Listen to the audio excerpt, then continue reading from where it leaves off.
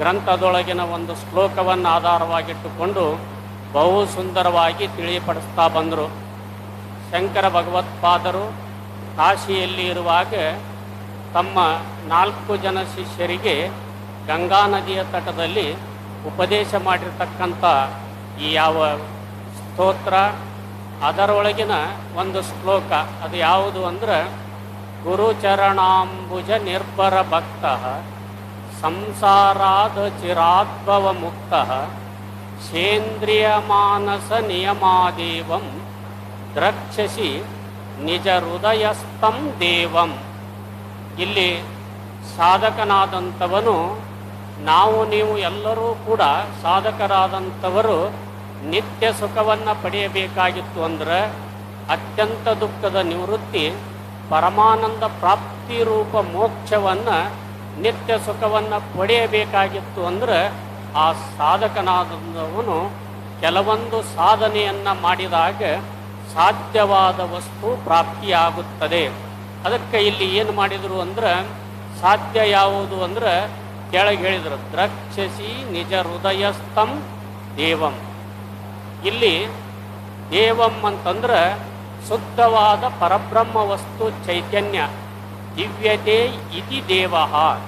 ಚೈತನ್ಯ ಪರಬ್ರಹ್ಮ ವಸ್ತು ಅದು ಎಲ್ಲಿಯದ ಅಂತಂದ್ರೆ ಆಚಾರ್ಯ ಹೇಳಿದರು, ನಿಜ ಹೃದಯಸ್ಥಂ ದೇವಂ, ನಿನ್ನ ಹೃದಯದಲ್ಲಿರ್ತಕ್ಕಂಥ ಆತ್ಮವಸ್ತು. ಹಾಗಾದ್ರೆ ಈ ಚೈತನ್ಯ ಶುದ್ಧವಾದ ಪರಬ್ರಹ್ಮ ವಸ್ತು ಕೇವಲ ನಮ್ಮ ಹೃದಯದಲ್ಲಿ ಅಷ್ಟೇ ಇದೇನು ಅಂತ ಪ್ರಶ್ನೆ ಮಾಡಿದರೆ ಹಾಗಲ್ಲ, ಪರಮಾತ್ಮ ಎಲ್ಲ ಕಡೆ ವ್ಯಾಪಕನಾಗಿದ್ದಾನೆ. ಅದಕ್ಕೆ ಹೇಳಿದರು, ತಿಲೇಶು ತೈಲಂ ದದಿನೀವ ಸರ್ಪಿಹಿ ಈಕ್ಷು ದಂಡೌ ಗುಡೆ. ಉದಾಹರಣೆ ಕೊಟ್ಟು ಹೇಳ್ತಾರೆ, ಆತ್ಮವಸ್ತು ಹೆಂಗೆ ಎಲ್ಲ ಕಡೆ ವ್ಯಾಪಕ ಆಗ್ಯದ ಅಂತಂದ್ರೆ, ತಿಲೇಸು ತೈಲಂ, ಈಗ ಒಂದು ಎಳ್ಳದ, ಆ ಎಳ್ಳಿನಲ್ಲಿ ಎಣ್ಣೆ ಎಲ್ಲ ಕಡೆ ವ್ಯಾಪಕವಾಗ್ಯದ. ಆಮೇಲೆ ದದಿನೀವ ಸರ್ಪಿಹಿ, ಈಗ ಹಾಲಿನಲ್ಲಿ ತುಪ್ಪದ, ಆ ತುಪ್ಪ ಎಲ್ಲ ಕಡೆ ವ್ಯಾಪಕ ಆದರೂ ಕೂಡ ನಾವು ಸಾಧನೆಯನ್ನು ಮಾಡಬೇಕು. ಸಾಧನೆ ಅಂದ್ರೆ ಹಾಲು ಕಾಸಬೇಕು, ಹೆಪ್ಪು ಹಾಕಬೇಕು, ಆಮೇಲೆ ಮಜ್ಜಿಗೆ ಕಡಿಬೇಕು, ಅವಾಗೇನಾಗ್ತದೆ, ತುಪ್ಪ ಕಾಣ್ತದೆ. ಹಂಗೆ ಎಲ್ಲ ಕಡೆ ವ್ಯಾಪಕವಾಗಿರ್ತಕ್ಕಂಥ ಪರಮಾತ್ಮ ವಿಶೇಷವಾಗಿ ಅವನ ಪ್ರಾಕಟ್ಯ ಸ್ಥಾನ ಯಾವುದು ಅಂದ್ರೆ, ಈಶ್ವರ ಸರ್ವಭೂತಾನಾಂ ಹೃದ್ದೇಶೆ ಅರ್ಜುನ ತಿಷ್ಠತಿ ಅಂತ ಭಗವದ್ಗೀತೆಯಲ್ಲಿ ಹೇಳಿದರು. ಉಪನಿಷತ್ತು ಕೂಡ ಏಷಃ ಹೃದ್ಯಂತರ್ಜ್ಯೋತಿ ಪುರುಷ ಅಂತ ಶ್ರುತಿ ಭಗವತಿಯು ಕೂಡ ಈ ಮಾತನ್ನು ಹೇಳ್ತಾ ಬರ್ತಾ ಇದ್ದಾಳೆ. ಆದ್ದರಿಂದ ನಾವು ಎಲ್ಲ ಕಡೆ ವ್ಯಾಪಕವಾಗಿರ್ತಕ್ಕಂಥ ಆ ಪರಮಾತ್ಮನ, ಭಗವಂತನ ಆತ್ಮ ಸಾಕ್ಷಾತ್ಕಾರವನ್ನು, ನಮ್ಮ ಹೃದಯದಲ್ಲಿರ್ತಕ್ಕಂಥ ಆತ್ಮವಸ್ತುವಿನ ಸಾಕ್ಷಾತ್ಕಾರ ನಮಗಾಗಬೇಕಾಗಿತ್ತು ಅಂದರೆ ನಾವು ಏನು ಮಾಡಬೇಕು ಅನ್ನುವುದನ್ನು ಮೊದಲು ಹೇಳಿದರು. ಮೊದಲನೇ ಸಾಧನ ಯಾವುದು ಅಂತಂದ್ರೆ, ಗುರು ಚರಣಾಂಬುಜ ನಿರ್ಭರ ಭಕ್ತ. ನಾವು ಏನು ಮಾಡಬೇಕು ಅಂದ್ರೆ, ಈ ಜನ್ಮ ಮರಣ ರೂಪ ಸಂಸಾರ ಸಾಗರದಿಂದ ಅಚಿರಾತ್ಭವ ಮುಕ್ತ. ಚಿರಾತ್ ಅಂತಂದ್ರೆ ವಿಳಂಬ ಅಂತ, ಅಚಿರಾತ್ ಅಂದ್ರೆ ಅತಿ ಶೀಘ್ರ, ಅತಿ ಶೀಘ್ರವಾಗಿ ನಾವು ಈ ಸಂಸಾರ ಸಾಗರದಿಂದ ದಾಟಬೇಕಾಗಿತ್ತು ಅಂದ್ರೆ ಮೊದಲು ಏನು ಮಾಡಬೇಕು, ಮೊದಲು ಮಾಡಬೇಕಾದ ಕರ್ತವ್ಯ ಏನು ಅಂತಂದ್ರೆ, ಗುರುಪಾದದಲ್ಲಿ ನಾವು ಏನಿಡಬೇಕು ಅಂತಂದ್ರೆ ಭಕ್ತಿಯನ್ನು ಇಡಬೇಕು.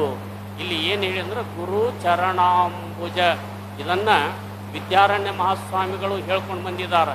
ಯಾವ ಪಂಚದಶಿ ಗ್ರಂಥದ ಮಂಗಲವನ್ನು ಹೇಳಿದಾರೆ ಅವರು. ನಮಶ್ರೀ ಶಂಕರಾನಂದ ಗುರು ಪಾದಾಂಬು ಜನ್ಮನೆ ಗ್ರಾಹ ಸವಿಲಾಸ ಗ್ರಾಹ ಗ್ರಾಸೈಕ ಕರ್ಮಣೆ ಅಂತ ಗುರುವಿನ ಮಂಗಲವನ್ನು ಮಾಡುವಾಗ ಹೇಳಿದರು. ಏನು ಹೇಳಿದರು ಅಂತಂದ್ರೆ, ನಮಶ್ರೀ ಶಂಕರಾನಂದ ಗುರು ಪಾದಾಂಬು ಜನ್ಮನೆ. ಆ ಸದ್ಗುರುನಾಥನ ಪಾದ ಹೆಂಗದವು ಅಂತಂದ್ರೆ, ಆ ಗುರುವಿನ ಪಾದದಲ್ಲಿ ಎಂಥ ಶಕ್ತಿ ಅದಂತಂದ್ರೆ, ಈ ಸಂಸಾರ ಸಾಗರ ಅಂತಕ್ಕಂಥ ಯಾವ ಮೊಸಳೆ ಅಂತಕ್ಕಂಥದ್ದು ಈ ಸಂಸಾರ ಸಾಗರವನ್ನು ಆ ಗುರುಪಾದ ಅಂತಕ್ಕಂಥದ್ದು ಏನು ಮಾಡ್ತದೆ ಅಂತಂದ್ರೆ ನುಂಗಿ ಹಾಕಿ ಬಿಡುತ್ತದೆ. ಅಂಥ ಶಕ್ತಿ ಎಲ್ಲದಂದ್ರೆ ಗುರುವಿನ ಪಾದದಲ್ಲಿ ಅದ. ಅದಕ್ಕೆ ಭಕ್ತನಾದಂಥವನು ಏನು ಮಾಡಬೇಕು ಅಂತಂದ್ರೆ ಆ ಗುರುವಿನಲ್ಲಿ ಶ್ರದ್ಧೆಯನ್ನಿಡಬೇಕು, ಭಕ್ತಿಯನ್ನಿಡಬೇಕು. ಆ ಭಕ್ತಿ ಹೆಂಗಿರಬೇಕು ಅನ್ನೋದಕ್ಕೆ ಒಂದು ವಿಶೇಷಣ ಕೊಟ್ರಿಲ್ಲ.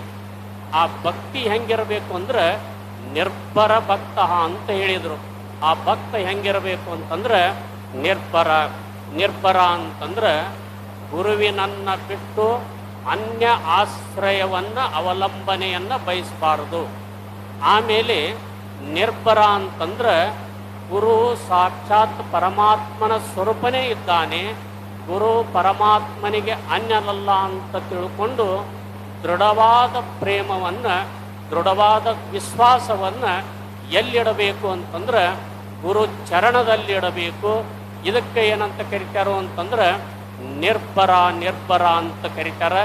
ಆದ್ದರಿಂದ ನಾವು ಗುರುವಿನಲ್ಲಿ ಅಂಥ ಭಕ್ತಿಯನ್ನಿಡಬೇಕು ಅಂದ್ರೆ, ಯಾಕೆ ಗುರು ಭಗವಂತನಿಗಿಂತಲೂ ಗುರುನಾಥ ಶ್ರೇಷ್ಠದಾನ.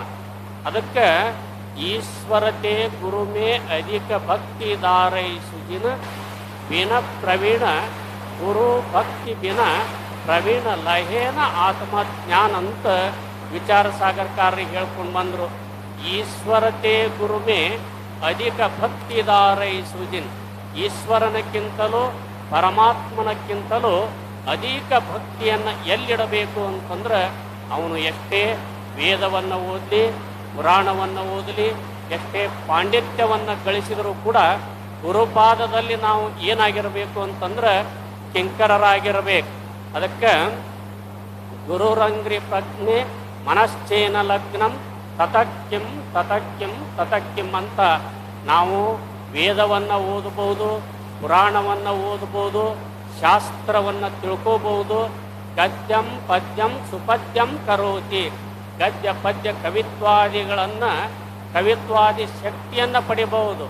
ಪಡೆದರೂ ಕೂಡ ಗುರುದೇವನ ಪಾದದಲ್ಲಿ ನಮ್ಮ ಮನಸ್ಸು, ನಮ್ಮ ಭಕ್ತಿ ದೃಢವಾಗಿಲ್ಲ ಅಂದ್ರೆ ಅದರಿಂದ ತತಕ್ಕಿಂ ಸ್ವದೇಶೇಷು ಮಾನ್ಯ ವಿದೇಶೇಷು ಧನ್ಯ ಸದಾಚಾರ ವೃತ್ತೇಷು ಮತ್ತೋನ ಚಾನ್ಯ ಗುರೋರಂಗ್ರಿ ಪದ್ಮೆ ಮನಶ್ಚೇನ ಲಗ್ನ ತತಕ್ಕಿಂ ಅಂತ ಶಂಕರ ಭಗವತ್ಪಾದರು ಗುರುವಾಷ್ಟಕದಲ್ಲಿ ಹೇಳಿದ್ದಾರೆ. ನಾವು ಸ್ವದೇಶೇಷು ಮಾನ್ಯ, ಈ ಸ್ವದೇಶ ಅಂದರೆ ನಮ್ಮ ಭಾರತ ದೇಶ. ಈ ನಮ್ಮ ಭಾರತ ದೇಶದಲ್ಲಿ ನಮಗೆ ಎಲ್ಲರೂ ಗೌರವ ಕೊಡ್ತಾ ಇದ್ದಾರೆ. ಅಷ್ಟೇ ಅಲ್ಲ, ವಿದೇಶದಲ್ಲಿಯೂ ಕೂಡ ನಮಗೆ ಪೂಜ್ಯತೆ ಗೌರವಾದಿಗಳು ಬರ್ತಾವೆ. ಸದಾಚಾರ ಸಂಪನ್ನ ಅಂತ ಎಲ್ಲರೂ ಹೊಗಳ್ತಾ ಇದ್ದಾರೆ. ಇಷ್ಟಿದ್ದು ಕೂಡ ಅವನು ಗುರುವಿನ ಪಾದದಲ್ಲಿ ಭಕ್ತಿಯನ್ನು ಇಡಲಿಲ್ಲ ಅಂತಂದ್ರೆ ಅದರಿಂದ ಏನೂ ಪ್ರಯೋಜನ ಇಲ್ಲ. ಅದಕ್ಕೆ ಪುಣ್ಯಾತ್ಮರೇ, ನಾವು ಈ ಭವನದಿಯನ್ನು ದಾಟಬೇಕಾಗಿತ್ತು ಅಂತಂದ್ರೆ ಉಪನಿಷತ್ ಮಾತೇ ಹೇಳಿದ್ದು ಆಚಾರ್ಯವಾನ್ ಪುರುಷೋ ವೇದ. ನೀನು ನಿನ್ನ ಸ್ವರೂಪವನ್ನು ತಿಳಿದುಕೊಂಡು ಧನ್ಯನಾಗಬೇಕಂದ್ರೆ, ನಿತ್ಯ ಸುಖವನ್ನು ಪಡಿಬೇಕು ಅಂತಂದ್ರೆ ನೀ ಯಾರ ಬಳಿಗೆ ಹೋಗು ಅಂತಂದ್ರೆ ತದ್ವಿಜ್ಞಾನಾರ್ಥಂ ಸ ಗುರುಮೇವಾಭಿಗಚ್ಚೇತ್ ಸಮಿತ್ಪಾಣಿ ಶ್ರೋತ್ರಿಯಂ ಬ್ರಹ್ಮನಿಷ್ಠಂ ಅಂತ ಹೇಳಿದರು. ನೀನು ಯಾರ ಹತ್ರ ಹೋಗು ಅಂದ್ರೆ ತದ್ವಿಜ್ಞಾನಾರ್ಥಂ, ತತ್ ಅಂದ್ರೆ ಆ ಆತ್ಮವಸ್ತು, ಪರಬ್ರಹ್ಮ ವಸ್ತು, ಅದನ್ನು ನೀ ತಿಳ್ಕೋಬೇಕಾಗಿತ್ತು ಅಂದ್ರೆ ನೀ ಯಾರ ಹತ್ರ ಹೋಗು? ಶ್ರೋತ್ರಿಯಂ ಬ್ರಹ್ಮನಿಷ್ಠಂ, ವಿನಯವಂತನಾಗಿ ಶ್ರೋತ್ರಿಯ ಬ್ರಹ್ಮನಿಷ್ಠನಾಗಿರ್ತಕ್ಕಂಥ ಸದ್ಗುರುನಾಥನಲ್ಲಿ ನೀನು ಹೋಗಿ ಅವನ ಸೇವಾದಿಗಳನ್ನು ಮಾಡಿದಿ ಅಂದ್ರೆ ಅವನು ಆತ್ಮತತ್ವವನ್ನು, ತತ್ವಮಸ್ಯಾದಿ ವಾಕ್ಯವನ್ನು ಉಪದೇಶ ಮಾಡಿ ನಿನ್ನಲ್ಲಿರ್ತಕ್ಕಂಥ ಅಜ್ಞಾನ ಅಂಧಕಾರವನ್ನು ಕಳಿತನಪ. ಅದಕ್ಕೆ ಮೂರು ಲೋಕದಲ್ಲಿ, ಅದಕ್ಕೆ ತುಳಸಿದಾಸರು ಹೇಳಿದರು, ಗುರು ಬಿನ ಭವನದಿ ತರೈನ ಕೋಯಿ ಜೋ ಶಂಕರ ವಿರಂಚಿ ಸಮಹೋಯಿ ಅಂತ ಹೇಳಿದರು.